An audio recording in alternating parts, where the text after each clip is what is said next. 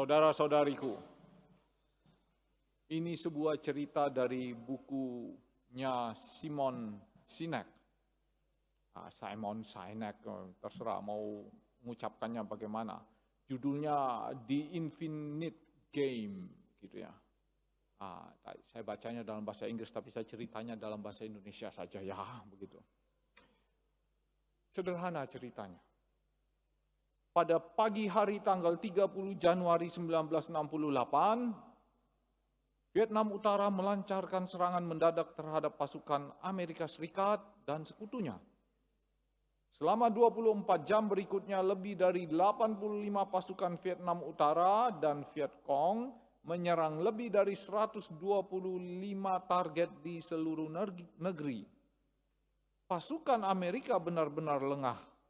Bahkan banyak perwira komandan yang bahkan tidak berada di pos mereka ketika serangan dimulai. Mereka sedang merayakan Tet di kota-kota terdekat. Tet itu tahun barunya orang Vietnam. Serangan Tet telah dimulai, ya. Tet itu jelas, ya.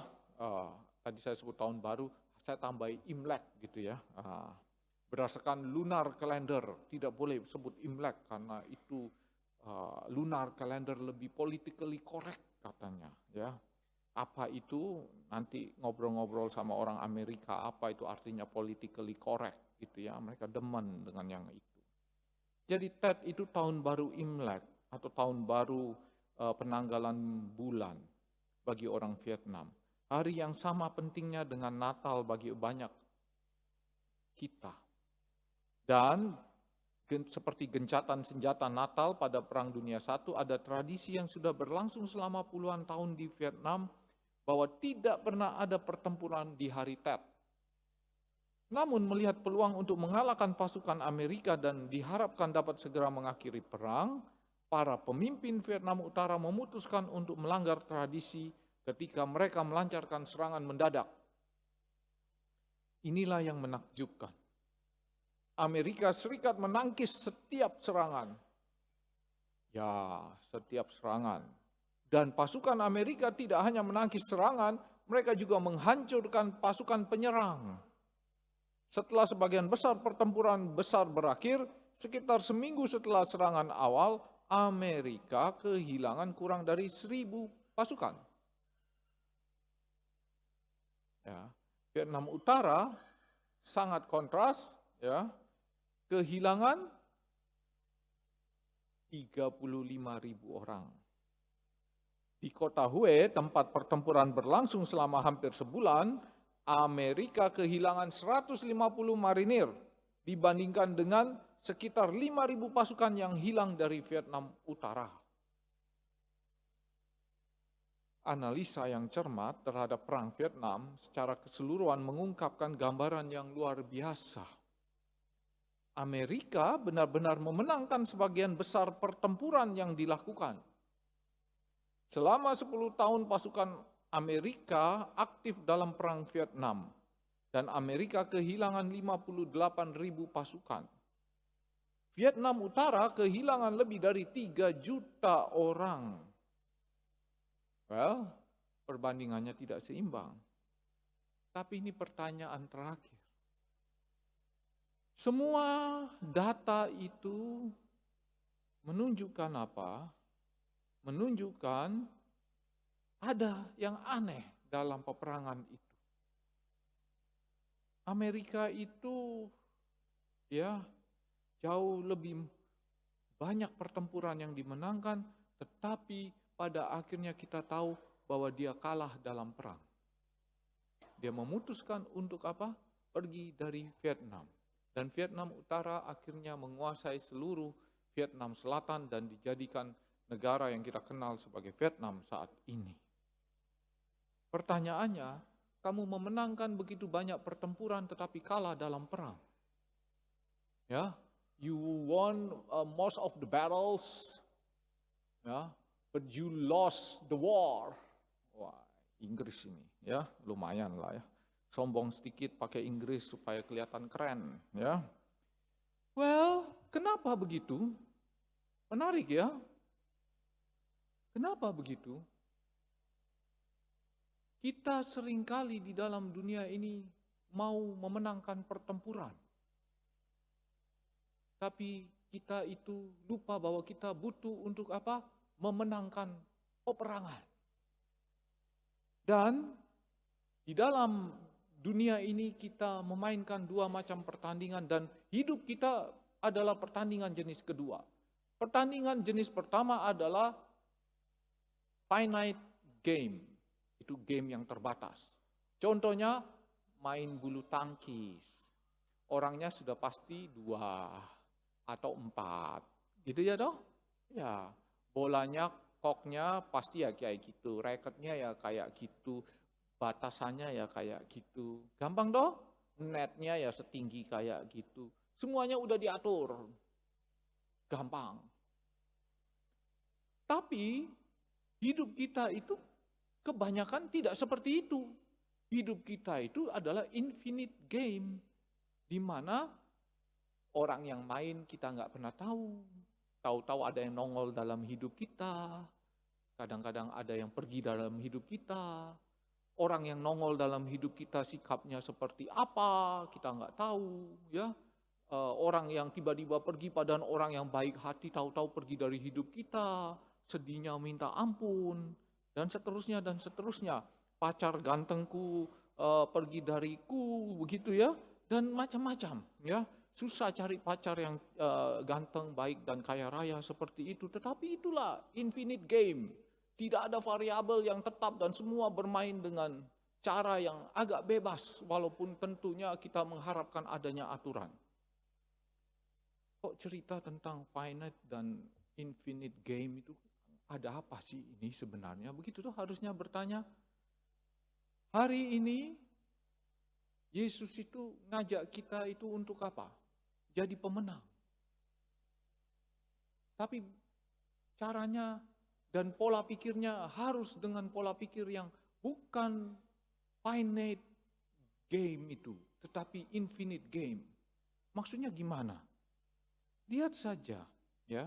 Hidup orang beriman termasuk pengikut Kristus itu berjalan dengan keyakinan bahwa mereka tidak harus selalu menang dalam pertempuran di dalam hidupnya mereka. Punya pacar cantik, kehilangan, kalah toh? Kalah, gitu ya toh? Tetapi lihatlah, permainannya belum selesai, lanjut dulu. Pertempuran pertama boleh kalah, tetapi harus lanjut hidupmu, benar nggak? Anak-anak muda ini harus diajari bahwa pertandinganmu di dunia ini adalah infinite game. Maka jangan kalau baru di ghosting sedikit aja langsung sudah gelisah, seakan-akan hidupnya runtuh, tidak jelas. Kemarin kok hangat-hangat ya membalasnya, aduh cakep banget di Instagram, di TikTok gayanya luar biasa. Tahu-tahu aku ngechat lagi nggak pernah dibalas, hilang begitu saja. Berakhirlah hidupku. Well, not yet, belum. Pengikut Kristus itu harus seperti orang-orang pejuang-pejuang Vietnam. Apa itu? Berani habis-habisan. Ya, untuk sesuatu yang lebih besar. Maka hari ini Yesus juga bercerita tentang apa?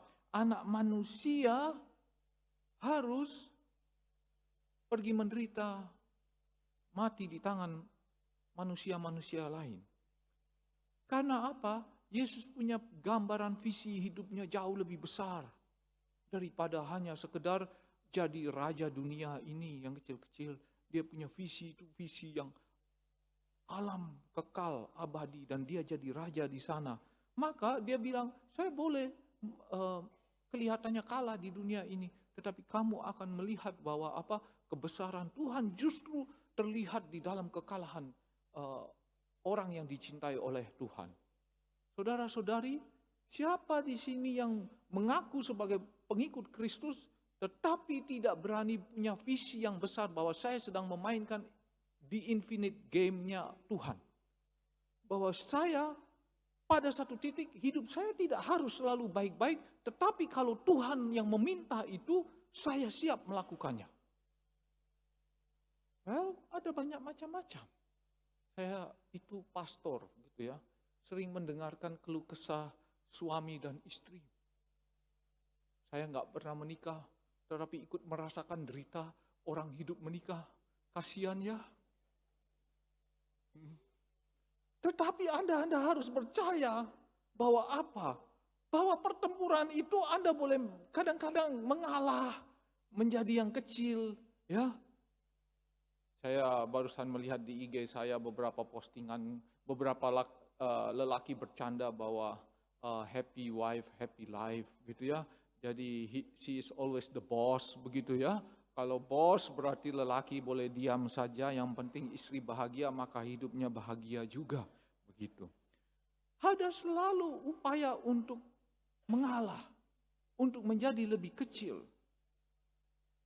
Kita boleh kalah dalam pertempuran oleh karena apa? Kita yakini sesuatu yang lebih besar di dalam hidup kita. Dan kita mau melakukan itu. Sama seperti cerita para prajurit Vietnam yang gugur untuk kepentingan yang lebih besar dari diri mereka. Apa itu kepentingan yang lebih besar? Anda bisa ngomong macam-macam. Tempat kerja Anda, perusahaan kerja Anda, persahabatan Anda, gereja, atau rumah tangga Anda, bahkan anak-anak Anda siap mengorbankan diri Anda untuk sesuatu yang lebih besar, yang Anda tahu Tuhan mau Anda melakukan itu. Well, siapkah Anda? Coba saja. Anda boleh kelihatan kalah di dalam pertempuran-pertempuran kecil, tetapi Anda tahu Anda akan menang nantinya di peperangan yang Anda lakukan di dalam hidup ini. Yang kedua, kita juga diingatkan lagi. Apa soal the infinite game, kita harus ingat lagi apa? Kita butuh hikmat supaya tahu kapan kita harus mengorbankan diri kita, kapan kita harus berjuang sungguh-sungguh mengerahkan seluruh tenaga kita, dan seterusnya dan seterusnya. Kita harus minta hikmat, dan hikmat itu pertama-tama adalah berusaha untuk menjadi pendamai, peramah, penurut, penuh belas kasihan, dan tidak memihak apalagi munafik. Itu yang dikatakan di dalam bacaan kedua. Kita harus minta hikmat supaya apa? Bagaimana kita harus menghadapi sebuah kondisi di dalam hidup kita. Minta hikmat dari Tuhan. Ya, 1, 2, dan yang ketiga dalam bacaan. Bacaan Injil hari ini juga menunjukkan apa? Jika seorang ingin menjadi yang terdahulu, hendaklah ia menjadi yang terakhir dari semuanya dan pelayan dari semuanya. Saudara-saudariku, cobalah menjadi pelayan bagi satu sama lain di dalam keluarga, di dalam rumah. Jangan ingat diri Anda sendiri. Pesan saya kepada orang muda, ya, yang lahir di atas tahun 95, ya, jangan mengurung dirimu di dalam kamar seakan-akan bahwa duniamu itu hanyalah setan segi 4 itu. Ada begitu banyak hal indah di luar sana yang Anda harus cari. Dan bukan hanya itu, Anda punya otak itu didesain Tuhan untuk apa? Terkoneksi dengan yang lain. Kalau Anda tidak punya koneksi dengan yang lain, Anda akan jadi 1, narsis, 2, ya autis sosial. Ya, tidak mampu untuk berinteraksi dengan orang lain. Bagaimana mau melayani orang lain kalau kamu sendiri tidak punya orang lain di dalam hidupmu? Oh, punya banyak teman. Di Instagram, Romo, pengikut saya ada 1123. Ya Tuhan Yesus, saya bilang, kalau 1123 followernya Romo Effendi lebih banyak lah kalau begitu. Ya. Masa kalah sama orang tua, saya bilang gitu. Sudah begitu mengurung diri di kamar kayak orang gila, kayak gak ada kehidupan lain. Ya, keluar kecuali kalau untuk makan doang, ya, atau pergi sekolah. Setelah itu tidak pernah. Bikin koneksi di dalam hidupmu. Dan satu hal lagi, belajar untuk melihat orang lain punya kebutuhan. Generasi yang hidupnya ada di dalam kamar adalah generasi yang mi terus. Bukan makan mie, tetapi soal diri saya. Maka tidak heran di dalam dunia yang seperti ini, narsisisme itu tumbuh subur. Saya punya foto dengan Bapak Paus tapi saya tidak pasang. Bukan apa-apa ya, kita tidak mau sombong saja di sosial media.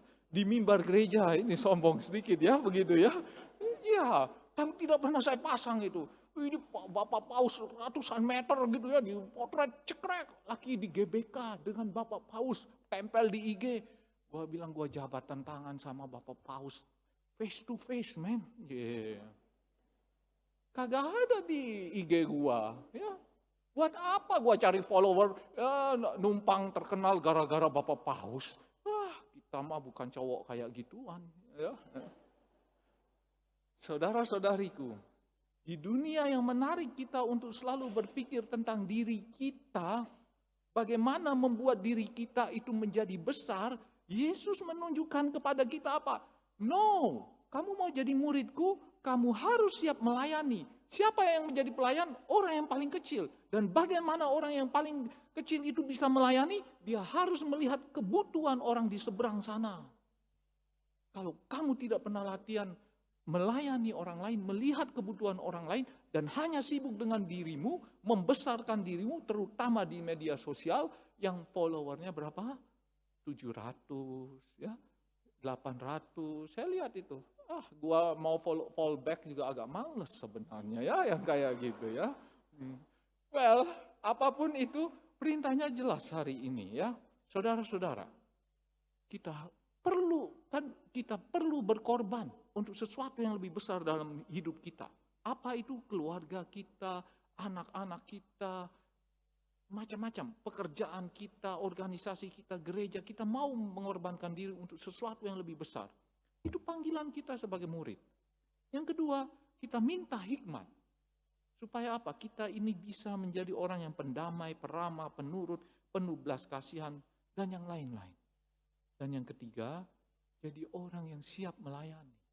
Sehingga tidak terkungkung di dalam narsisisme yang marak di dalam dunia ini. Belajar dari Tuhan Yesus. Dan semoga Tuhan menolong kita.